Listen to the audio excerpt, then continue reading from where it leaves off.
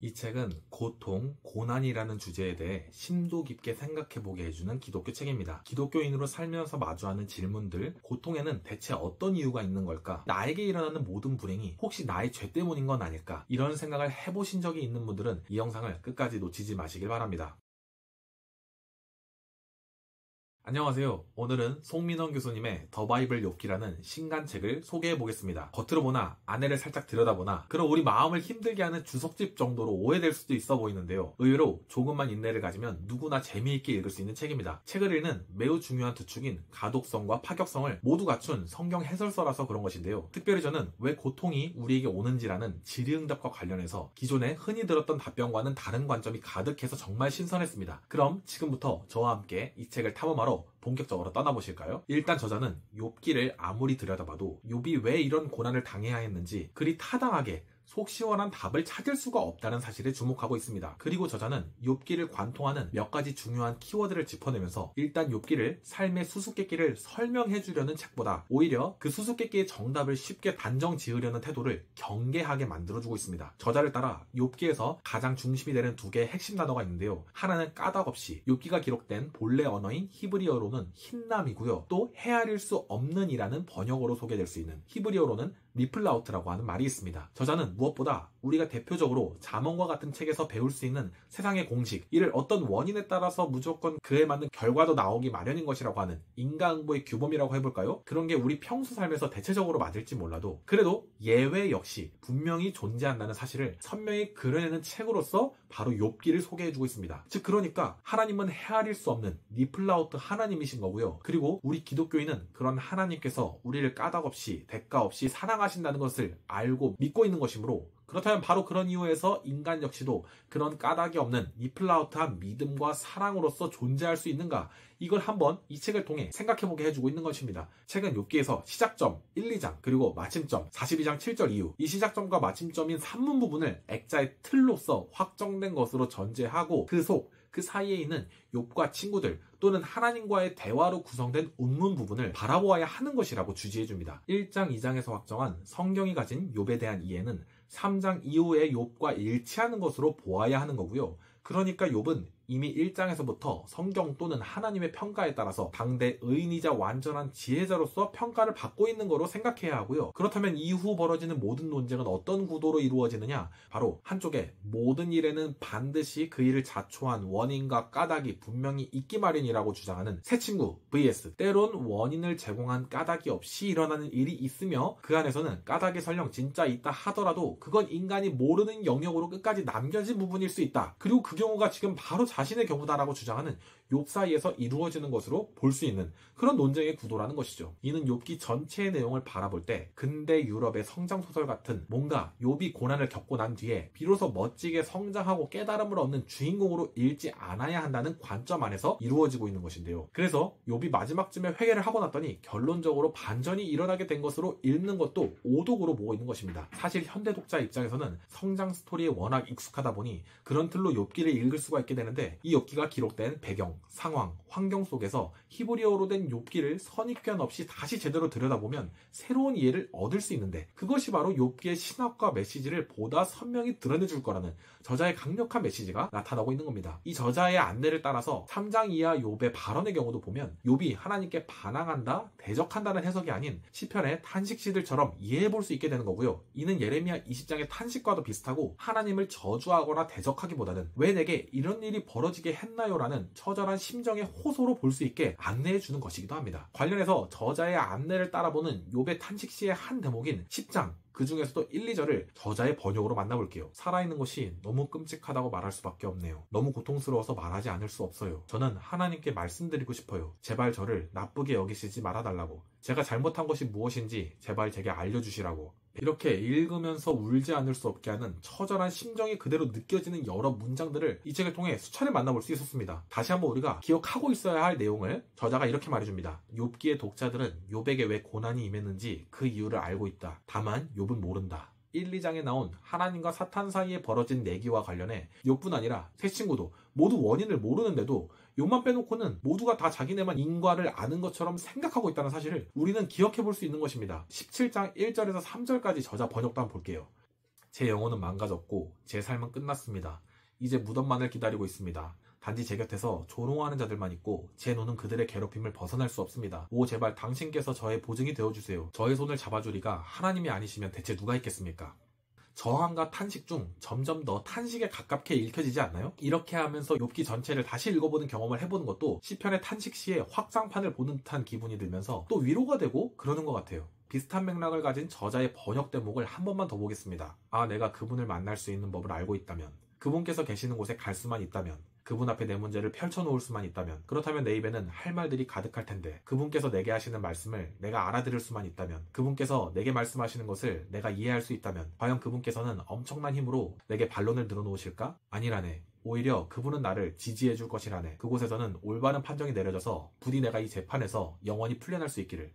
이 책의 욥기 번역은 문체 자체가 따뜻하면서 우리에게 호소력 있게 말을 걸어옵니다. 정말 이 책을 통해 확 와닿고 생생한 욥기 번역들을 만나게 된 것 같았습니다. 이번에는 책을 통해 만나볼 수 있는 개인적으로 아주 흥미로웠던 또 뼈를 찌른다고 생각했던 대목들을 몇 가지 살펴보겠습니다. 첫째는 욥이라는 이름을 살펴볼 때 흔히 원수라는 의미의 히브리어 오예이브와 연결해 욥은 하나님을 대적하는 자로 보는 전통적인 견해가 있었는데 이는 문법적으로 잘못된 연결이라는 고대근동 언어학자로서 상세히 설명해주는 대목이 있었습니다. 히브리어 역사 문법의 관점에서 보면 오히려 히브리어에서 욥은 수동형 패턴으로 대적당하는 자, 공격받는 자라는 의미에 가깝다는 것입니다. 이름부터가 욥은 능동적으로 반항하는 인물이 아니라 하늘의 어떤 신비로운 결정 앞에 수동적으로 고통을 받는 존재라는 것입니다. 이 해석대로라면 욥이 하나님께 왜 저를 대적하십니까? 라고 질문하는 태도가 반항이나 교만이라기보다 억울함의 호소에 더 가깝게 느껴집니다. 욥기는 욥을 하나님께 따지고 드는 교만한 사람이 아니라 하나님이 주시는 이유 모를 고통을 고스란히 당하면서도 끝까지 믿음을 놓지 않는 사람으로 그려낸다고 볼 수 있는 거죠. 둘째로 개역개정에서 그동안 많이 알려진 욥기 23장 10절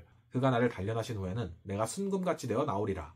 이 문장을 떠올려 보실 수 있을 텐데요. 책에서는 여기서 바한, 시험하다라는 동사를 단련으로 옮긴 개역개정의 번역이 욥기의 맥락을 오해하게 만든다는 지적과 그에 합당한 설명들을 담고 있습니다. 실제로 욥은 고난을 통해 내가 더 나은 사람이 되겠다라고 말한 게 아니라 하나님이 나를 시험하심으로써 내가 금과 같은 사람임이 입증될 것이라고 주장한 거에 가까운 것으로 해석된다는 겁니다. 저는 여러 역본들을 확인해 보면서 한글 성경 중에는 세번역 성경을 각도로 번역했다는 것을 알게 됐습니다. 생각해보면 욥기 1, 2장에서 하나님이 이미 욥은 의롭다고 평가하셨다는 점을 미리 알려주었거든요. 그리고 욥은 자신의 의로운 재판장이신 분인 하나님이 계시다고 친구들에게 항변하고 있는 상황이었던 거고요. 저자는 언어학적이고 문법적인 해설까지 곁들여서 욥이 변화하거나 회개해야 하는 인물이 아니라 처음부터 의롭고 끝까지 의로웠던 그렇게 더욱 고독했던 사람, 제가 볼 땐 정말 예수님을 닮은 사람으로 보게 해주는 것입니다. 전통적으로 욥이 깨달음을 얻고 회개했다라고 설교해왔던 교회 문화와는 상당히 다른 각도에서 읽는 재미가 매우 컸고 욥기 이해가 더욱 풍성해지는 느낌이 들었습니다. 셋째로, 그렇다면 욥기 마지막에 등장하시는 하나님, 무슨 말씀을 하신 거고 그 부분을 어떻게 이해해야 하느냐를 잘 해설해준 대목에 집중해볼 수 있었는데요. 즉 욥기 후반부에 대해서 기존에는 하나님께서 욥에게 네가 모르는 게 많으니까 함부로 징징대지 말라라는 식으로 고압적으로 질책하는 것처럼 해석되게 하기가 쉬웠거든요. 그런데 저자는 한 대목에서 먼저 천지창조에 관해 몰랐던 사실을 욥이 새로 배웠을 리는 없다고 짚어냅니다. 욥도 이미 하나님이 천지를 다스리신다는 걸 알았다는 거죠. 따라서 이 긴 질문 공세는 욥만이 아니라 인간 전체를 대상으로 너희 모두 이 신비 니플라우트를 함부로 재단하지 말라, 모든 것을 알아맞히려 들지 말라라고 이해해야 하는 장면이라는 겁니다. 사실 친구들과 달리 본문을 잘 따라가다 보면 욥은 인간은 창조의 모든 비밀을 알 수 없다는 인식을 이미 갖고 있었고 그래서 계속해서 그러하다는 사실을 드러내려 했던 것이죠. 다시 한번 말해, 너는 아느냐, 누가 했느냐 같은 하나님의 질문들은 욥에게만 해당되는 게 아니라 결국 모든 인간에게 너희가 모른다면 제발 단정짓지 말라고 보여주는 장면이 되는 겁니다. 욥은 이 말을 들었다고 갑자기 성장하거나 깨달음을 얻은 것도 아니었던 거고요. 애초부터 욥의 입장과 하나님의 입장은 같았고 문제는 새 친구들이 인과응보의 공식에만 사람과 하나님을 가두려 했다는 데 있었다는 것입니다. 그러면 욥이 이미 정답을 말했고 하나님은 말투는 엄해 보일지 몰라도 그 내용만은 욥의 관점과 일치한다는 거고요. 이렇게 내용에 집중함으로써 본질에 다가갈 수 있지 않겠느냐는 제안, 저는 상당히 설득력 있게 보았습니다. 그래서 우리는 이 부분을 읽고 나서 욥기의 결말이 욥을 혼내는 구조라기보다 욥과 친구들의 논쟁을 하나님이 마무리해 주시는 구조로 볼 수 있게 되는 것입니다. 넷째로는 책의 맨 마지막 부분, 이 책의 마지막 챕터 나가며에서요, 욥기가 왜 성경 안에 있어야 하는지, 또 우리에게 어떤 의미가 있는지를 말해주고 있습니다. 흔히 고난이 닥치면 우리도 욥처럼 잘 견뎌야지라는 식으로 막연하게 받아들이기가 쉽지만 욥기는 그런 이야기만이 아니라고, 오히려 가끔은 고통의 원인이 내 잘못이 아닐 수도 있다고. 그런데도 주변 사람들이 죄 때문이야, 뭔가 이유가 있겠지라며 쉽게 해버릴 수 있는 말일 수 있는 거라고. 그리고 우리는 그런 말들이 엄청난 폭력이 될 수 있겠다는 생각을 하도록 그런 메시지를 전해주고 있다는 겁니다. 저자가 적절히 지적해 주었듯이 또한 이와 같은 내용을 보면서 내가 욥 같을 때보다 내가 욥의 친구들 같은 말로 누군가를 더 아프게 할 때가 많다는 걸 이를 더 생각해 보게도 되었습니다. 이렇듯 욥기는 우리 당사자에게 위로를 줄 수 있을 뿐 아니라 동시에 우리가 누군가의 고통을 함부로 재단하지 않도록 일깨워주는 책으로서도 기능할 수 있는 것입니다. 정리해보면 더 바이블 욥기는 한마디로 욥기를 재해석하는 과정에서 인과응보가 항상 정답일 수는 없고 고통에는 우리가 모르는 수많은 이유가 있을 수 있다는 걸 다양한 히브리어 해설과 함께 설득력 있게 보여주는 책입니다. 조금씩 전문적인 내용도 들어있긴 하지만 번역과 주석을 쉽게 풀었어서 전반적으로 읽는데 큰 부담은 없을 것 같아요. 저자의 독특한 번역을 따라가다 보면 이 구절이 이런 뜻이었어 하는 깨달음도 없고 욥이 어떻게 의인을 대표할 만한 사람인지도 알게 될 것 같습니다. 마지막으로는 이 책이 욥기 본문을 하나씩 다루며 진행해 나가는 방식을 소개해드리면서 영상의 마무리로 좀 더 나아가 보겠습니다. 총 42장까지 있는 욥기를 48개의 대목, 챕터라고 하는 게 나을까요? 그렇게 내용별로 일단 구별해서 살펴보게 되는데요. 각각의 그 내용으로 구별된 챕터마다 거기서 다루게 될 내용에 대한 핵심 요약이 먼저 나오고요. 그 다음에 그 대목에 대한 욥기 본문을 저자가 번역한 내용, 저자 번역이라고 명명해 볼게요. 그리고 그렇게 번역한 이유에 대한 해설, 이 부분은 번역 해설이라고 해봅니다. 그리고 이어서 그 다음에는 배경 이해와 본문 이해라는, 그러니까 핵심 요약, 저자 번역, 번역 해설, 배경 이해, 본문 이해라는 5가지 코너를 반복해가면서 48개의 챕터를 전개시켜가면서 독자가 욥기 속 구절과 배경을 따라가며 저자의 새로운 번역 그리고 다시 원문에 입각한 새로운 시각과 만날 수 있도록 안내해주고 있습니다. 이에 따른 혹시 이 책의 분량과 형식에 압도당한 이 책 여행의 초심자들을 위해 일기 팁을 소개해드리면요. 먼저 책 맨 앞장에 나오는 들어가면은 꼼꼼히 정독해야 합니다. 욥기 전체를 어떻게 읽어야 하는지 큰 틀을 잡아주기 때문입니다. 두 번째, 각 장 챕터마다 나온 핵심 요약 부분만 먼저 쭉 살펴서 저자가 분류한 내용의 흐름을 미리 잡아놓고요. 세 번째, 저자 번역으로만 구성된 본문을 읽으며 저자의 번역에 따른 성경 욥기 전체의 뉘앙스를 맛보아 아는 시간으로 갔습니다. 근데 이때 욥기 전체를 한자리에 앉아서 읽는 것 자체도 너무 부담스럽다고 느껴지는 분이 있을까 봐서요. 먼저는 욥기 1장에서 14장 친구들과의 1라운드까지만 위패턴으로 진행해보고 2라운드, 3라운드 논쟁을 스킵한 뒤에 또 다른 지혜의 청년, 그러나 새 친구와 다를 바 없는 엘리우가 등장하는 욥기 32장부터 끝까지 보시는 방법도 있다고 전해드립니다. 이마저도 버거우신 분들, 시간이 부족하고 성격이 급해서 일단 책 전체의 핵심과 맥락을 잡고 싶은 분들을 위해서는 이게 많이 추천할 만한 방식은 아닌 것 같지만 그냥 친구들과의 논쟁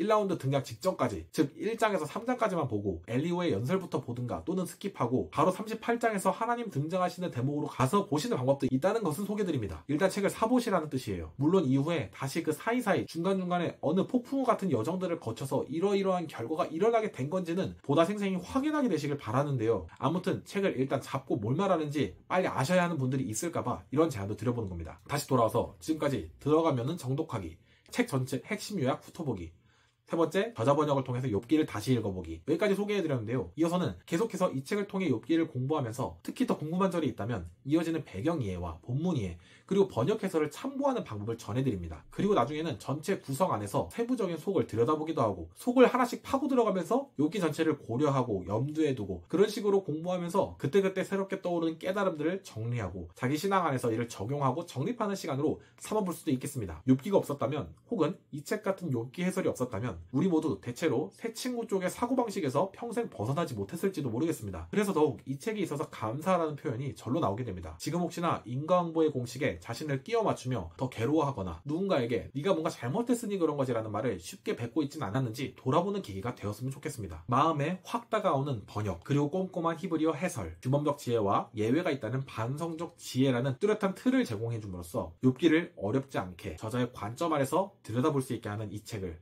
욥기가 제공해주는 입체적인 시선을 통해 배울 점이 참 많지 않을까 생각해봅니다.